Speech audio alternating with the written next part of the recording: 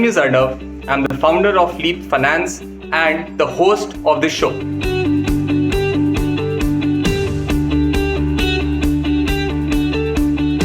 This is a section where we'll give you a lot more time to think about your answers. These are a little more descriptive questions, and there'll be 5 questions here.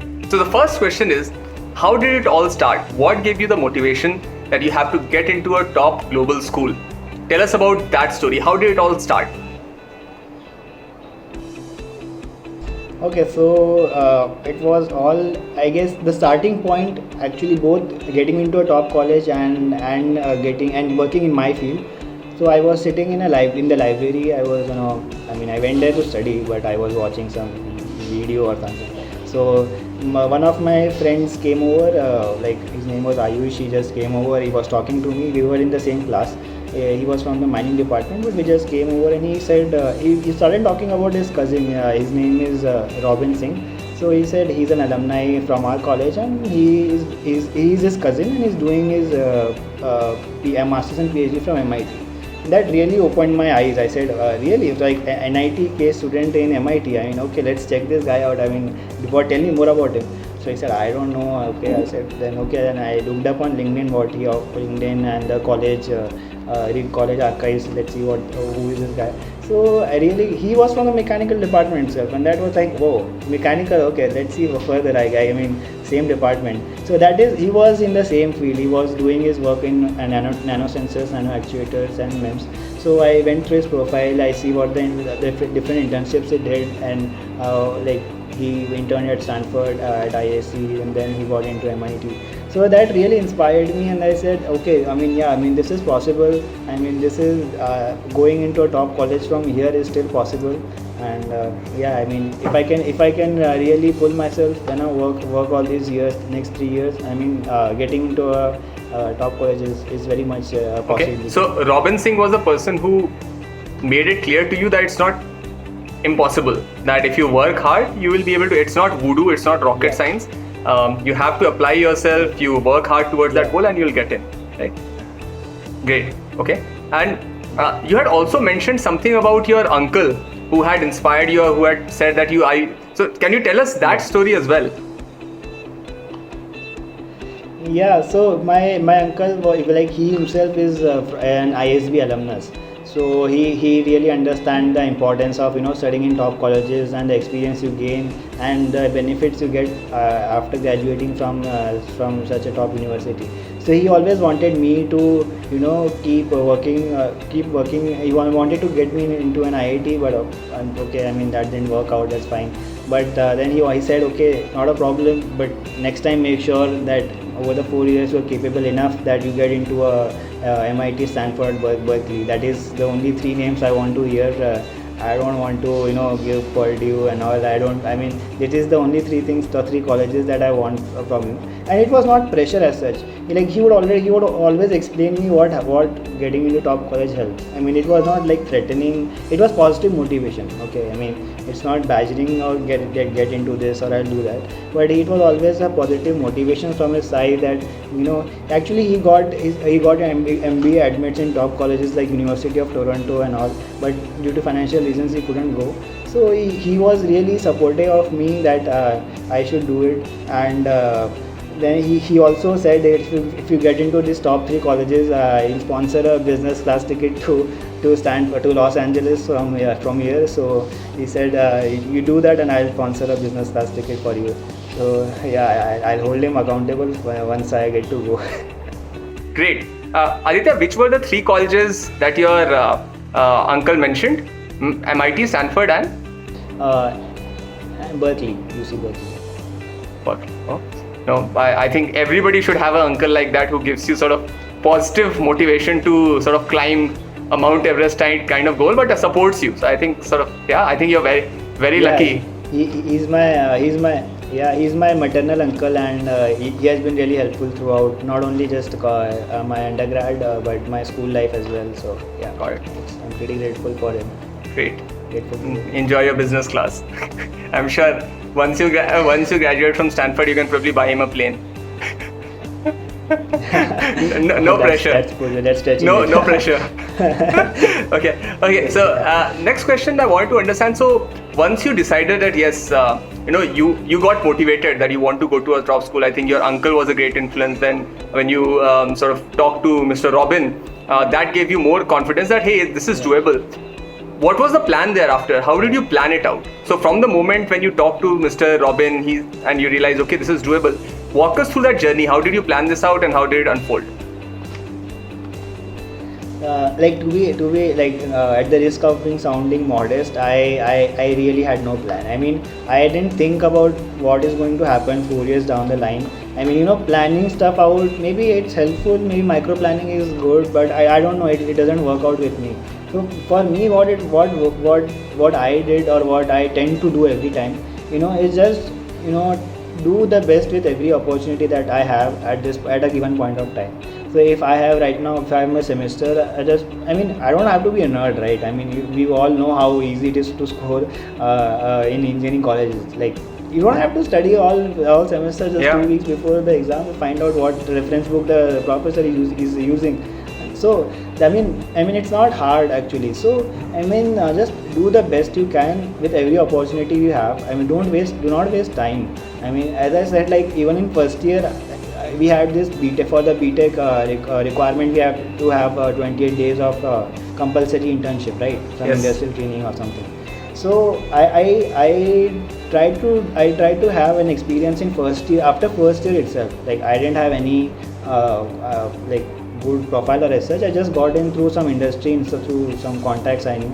So I mean, that didn't help me. That didn't help me down the line. That I worked in some mechanical workshop. It was some private manufacturing company. That didn't help me in somewhere in my Stanford profile.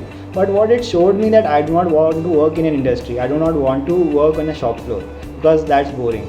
So every time you have, try to learn something or gain something out of it. It was just that internship was just like say 20 days. There were not much also out of the 3 months holiday that you get after each year, the summer holidays.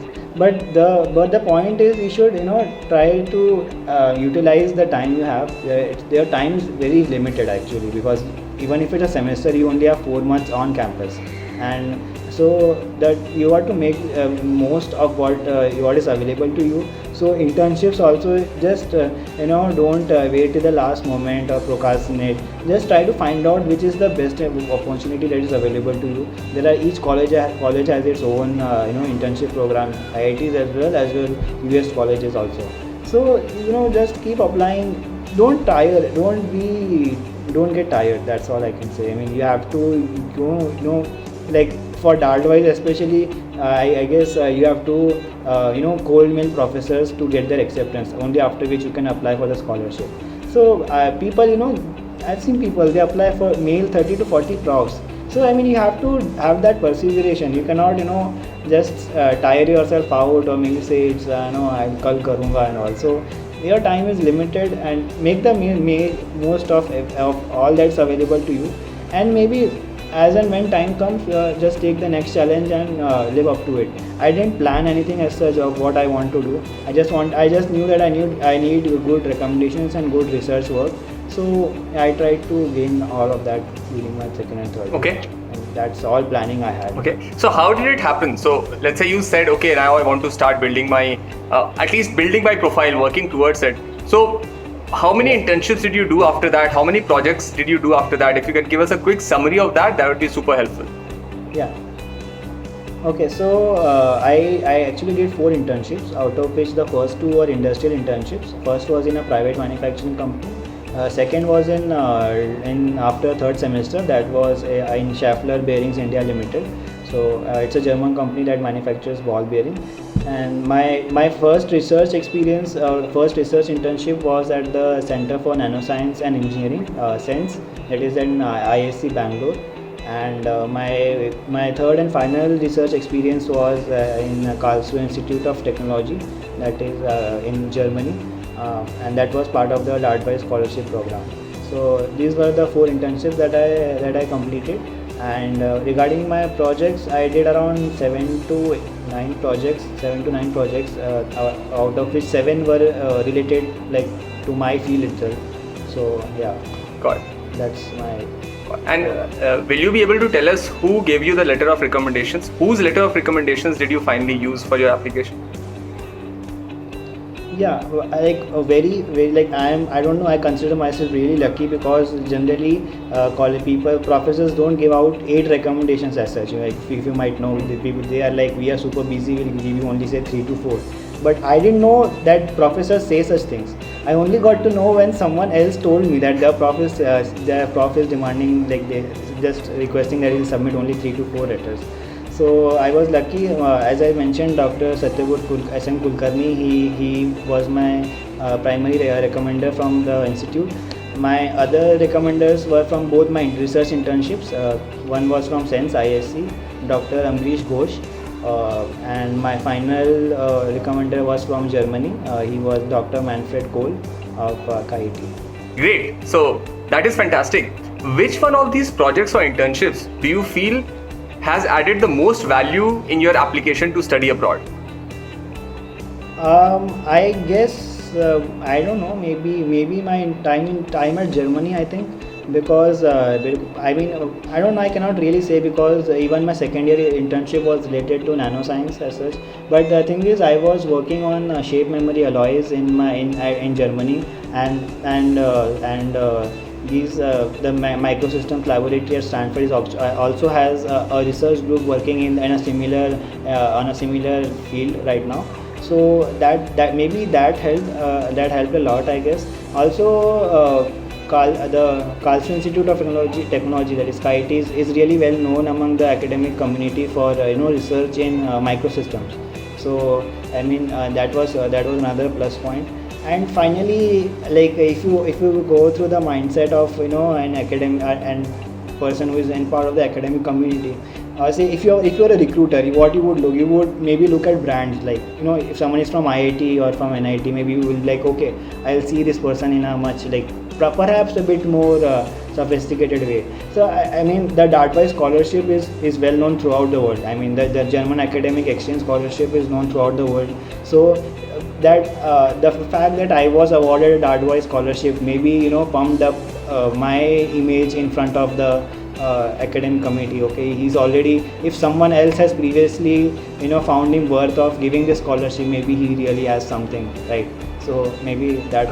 I think it looks like the DART scholarship internship that you did has been a big factor in you gaining the credentials and people feeling confident about your research abilities.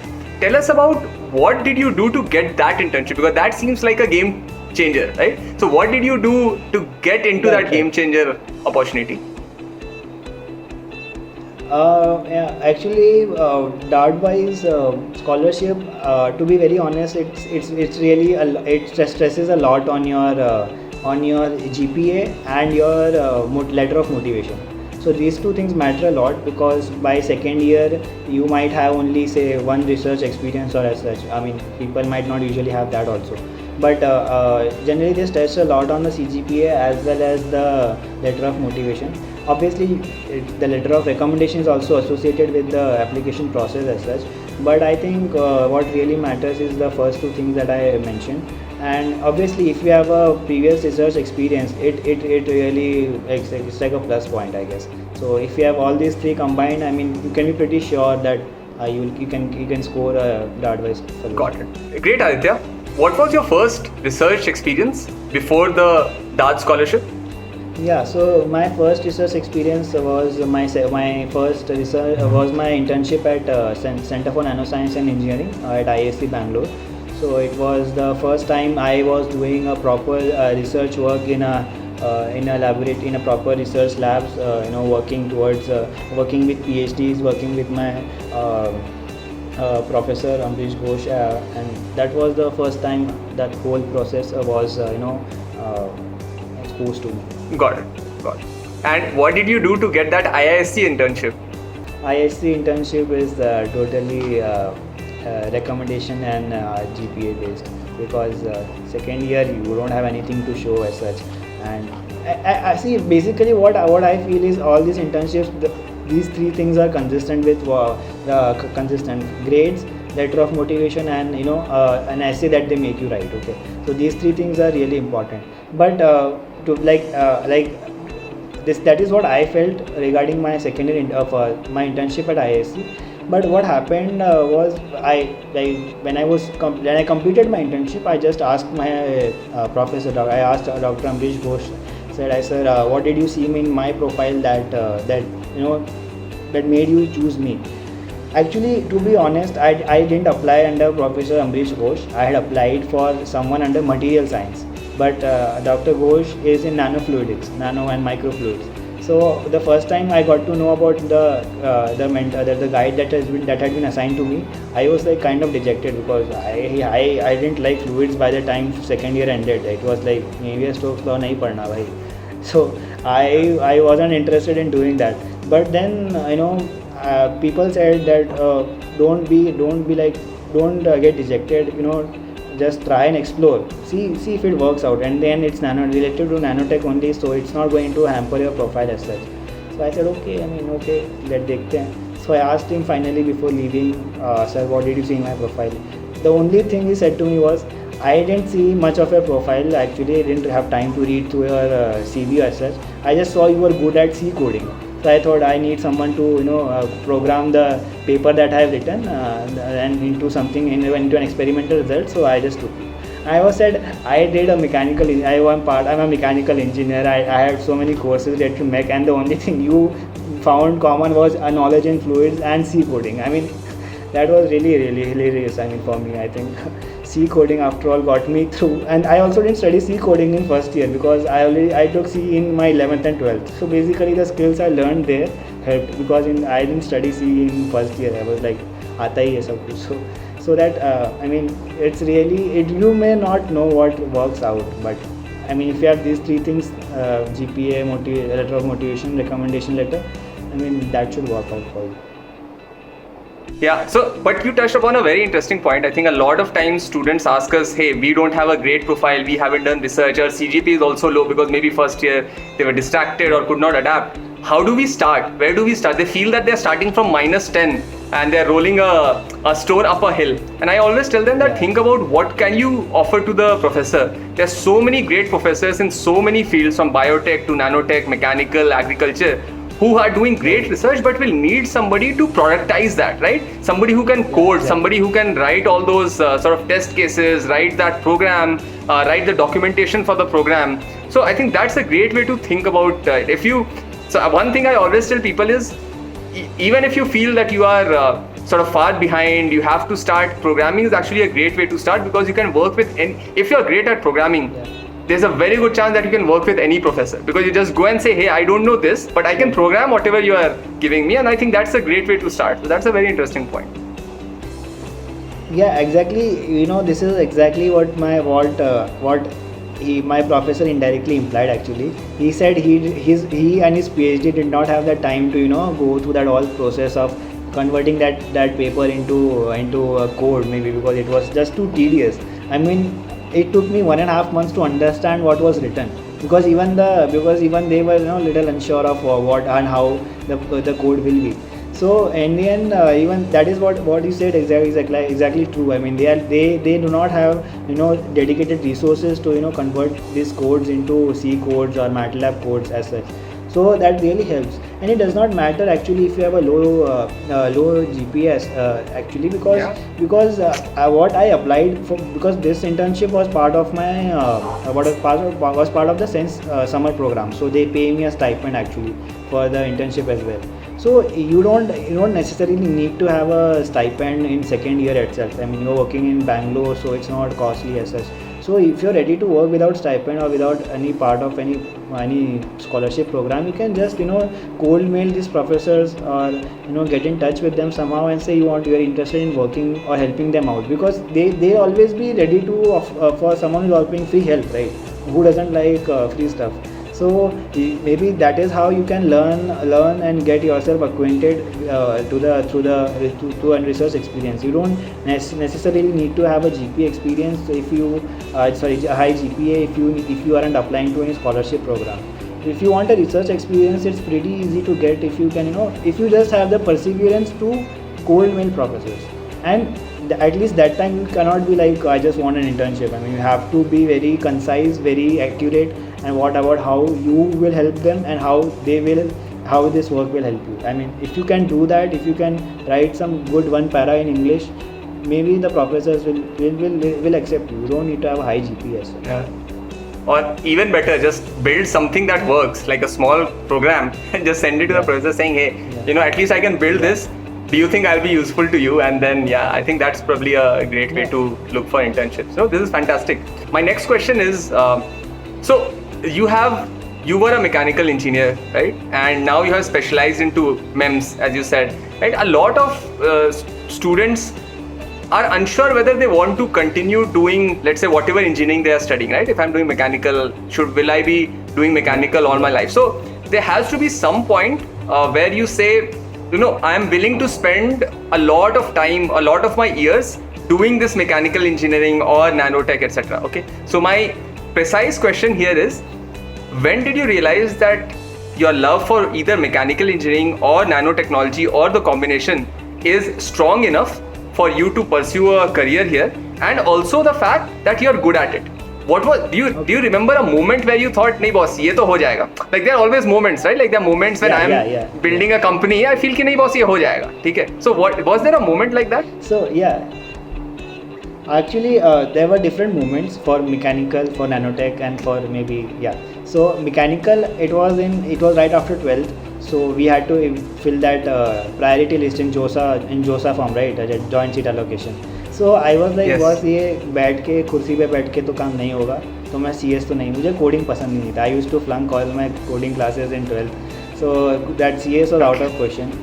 Electronics and like सब हवा में electrons चल रहा है, मतलब क्या करूँ, उसका कुछ दिखना चाहिए ना. Something should be visible. If I design something, if I work on something, I should be able to prototype it, and that really excited me. So my clear-cut choice was by mechanical. I loved physics. I loved mechanics as such. So I was pretty sure about, like, from the beginning that mechanical is my top choice. So I mean that was clear pretty then. But the moment in I guess for nanoscience was after my internship in ISC. So it was a pretty, if I show you the paper, maybe if someone sees that paper, there is no space, no one single sentence of English. It is just triple summation, integration and whatnot. It's just gibberish. So when I was just first handed the paper, they said this is the thing that you have to implement. I was like, what is this? I mean, I was like, so I was really frightened. I said, how will I do this? Maybe, like, am I in the correct field? I didn't even apply for microfluids. I mean, this is not in my domain. I want to be in material science. So I was like, okay, fine. Like I really actually talked to Robin that time. He said he also had interned here in Sense. So he said, Dr. Amrish is a good guy. Just explore and see if you like it. I mean, otherwise you can always switch maybe in your next internship or your next project. So I said, okay, I mean, he बोल रहा है तो कर लेते हैं. So I did it, and how, I mean, I'm not questioning. I don't know if I am bad at it or if the system is broken or somehow. It took me 3 days to figure out the first equation, and that was Navier-Stokes equation. So for say incompressible fluid or whatever. So I mean, I don't know. I slowly and steadily have progressed, but the day I left, I made sure that the code was complete. And when I left, I was like, yes, there was something that was so gibberish, it was so complicated, it was not related to my field. It was definitely related to nanoscience, it was related to MEMS as such. But it was something that I was not initially interested in, but then I really got into it, I worked on it, and I completed it successfully. Obviously with some help from the PhDs, but I did it. So it was like, yes, I mean, I can do it. I mean, this field is really interesting. And then the professor also allowed me to play do some experiments and such. So I was like, I mean, I quite enjoyed it. I enjoyed working in the lab. And so by the time I left ISC Bangalore, I was going back to college, So I felt really happy as such. Yes, I did my internship from start to finish, no work pending. And like even now, if I pull up that paper, I don't remember anything. I mean, it's just so damn confusing. but I'm really happy and I did it, and it's like yes, if I can do this, I mean yes, this field is really enjoyable. I really liked it. No, that's a fantastic answer, Aditya. And I'll tell you, we have this concept of how learning works, right? So, what happens is whenever you start learning something new, what happens is initially it's like real frustration, right? There's inertia, there's fear. Then you start working on it, and you feel that you're investing so much time, and there is no progress, right? It's almost like, why am I even doing this? Is this what I want to do? But I think there's always, just like the activation energy graph that we study in class sort of 11, 12, that there's a peak and then everything is much easier. Similar thing happens with learning, where you're initially feeling there's no progress, there's such a high barrier of energy. But once you get past that barrier, I think things become significantly easier. And what is an even more amazing thing is that your mind becomes tuned to knowing, okay, this is how learning works. So next time when you get something which seems so difficult, incomprehensible, you're not making progress, instead of getting irritated or sort of giving it up, you know that, boss, this is how it worked the last time. I need to persevere and I'll get to that promised land. So I think that it's very, very important to get that one experience in your life early on, so that you know, hey, all learning is difficult. Everything that when you do starting out is difficult. And I think it's that great. And that doesn't happen only in sort of academics. Like somebody who has persevered and has learned music or a sport or something, everybody knows that there's a hump. So I think that's a very interesting point. Maybe people should just start working on more difficult problems, and then everything else will be easier once they understand the activation energy hump. Yeah, that's a very interesting point. Yeah, exactly. Yeah, the fun part is when you the frustration and irritation are actually required to to enjoy the moment when you cross that barrier, right? I mean, if something was so easy, you wouldn't get fun out of it. I mean, you don't get fun from something that is just a cakewalk. When you do something that you weren't able to do, you were frustrated and irritated, and when you finally somehow, like one day you just wake up and it's like, oh okay, this thing works, and then you try it out and it works, and that the sense of satisfaction and joy that you get, that is unparalleled. And that is what research is all about, actually, I would say. I mean, it's not the same mundane thing that you do day in day out. It's something new every day, and that is fun. Absolutely. I don't know if you seem to be a researcher. I don't know if you have read this piece called You and You Research by Richard Hamming. It's actually a fantastic piece. Like, everybody should read it, but anybody who is a researcher should definitely read it. So he was at AT&T Bell Labs, Richard Hamming, like great computer scientist. Amazing piece called You and Your Research, which touches upon some of these things. But no, this is fantastic. So what I take away as a summary is that once you had that experience of taking a completely new problem and solving for it, where you were initially unsure, that gave you the confidence that I can do it. Now it's only about getting better and better and better, working on harder problems, working with better people, and that's how you build your profile. Once you are sure, hey, this is something I can do and I enjoy doing. So I think maybe that's the crux of it. Great. Aditya, I had another question around who has been the most helpful mentor in your journey, but I'm guessing the answer to that is your professor, right?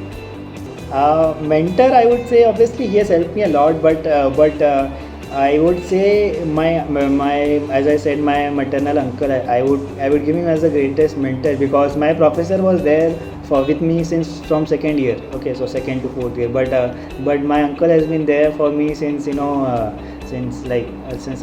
I was like a kid, right, since lower KG, LKG. So he has been there, he has been motivating me since, he's been helping, he has helped me a lot. And so I would consider him as the greatest mentor, if I would say. Obviously that does not undermine in any way the contributions or the guidance that my profs have given, but if it was just choosing the best, I would choose my maternal. Absolutely. Great, Aditya. So one question I had is, you alluded to the story of your uncle where he got admits from top universities but could not get in because of financial considerations, which happens to a lot of Indians, and frankly that's been the inspiration for us to start Leap Finance. But that aside, would be great to understand, how did you think about the financial implications, the considerations, the ROI, how will you get the funds? How did you think through that? Would be fascinating to know. On a lighter note, I would say, like most of the Indian students think is that पढ़ना हमारा काम था, पैसा का काम पापा का है. So okay, I mean that is on a lighter note, but yeah, I mean, see, the point is, if you graduate from a top college, I guess somehow down the line you will always be able to, you will always manage to pay off your debts maybe. So actually, I mean, generally, and it is true for my case also, I mean, studying in US, especially in a private college like Stanford, is not cheap. So I definitely have to take a loan, like a heavy loan, hefty loan, I would say. But then if you think about it, there are lots of opportunities on campus as well. Like they are pretty almost well known. Internships are there after first year. You can earn a decent amount, and if you are, you know, if you apply for an RA or TA position in the college, or in your research group, I mean, that really helps down to cut down the cost by say 40%, maybe 35, 50, maybe even 50 if you are, you know, if the professor agrees to pay you well. So these are the stuff that I'm looking for, and I'm hopeful I'll get those. But then in the end, as I said, I mean, it's Stanford, right? So I'm pretty sure that I'll somehow, even if I'm an average student, if I end up being an average student, I'll at least get $77,000 as my starting salary. I mean, that is what they have mentioned on their website as the median salary. So I guess I'm very hopeful that I'll be able to pay off this debt. So it's not much of an issue right now. Got it. No, fantastic. I think you'll do much better than that, and you'll be much better than average. I'm very, very sure of that. But to summarize, it's a little bit of financing.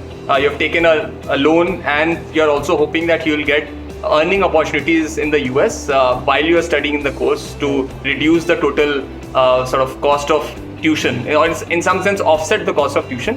And then obviously once you get once you graduate and you start working, that would be it would not be very difficult to pay that off quickly. In fact, in our research we see that Indian students usually pay off whatever loan they take within sort of 1.5 to 2.5 years. So that happens like quite fast. And this is an average. I'm sure people who graduate from Stanford actually, or MIT, etc., they get higher salaries, so they'll be able to pay it off even sooner. No, that makes sense.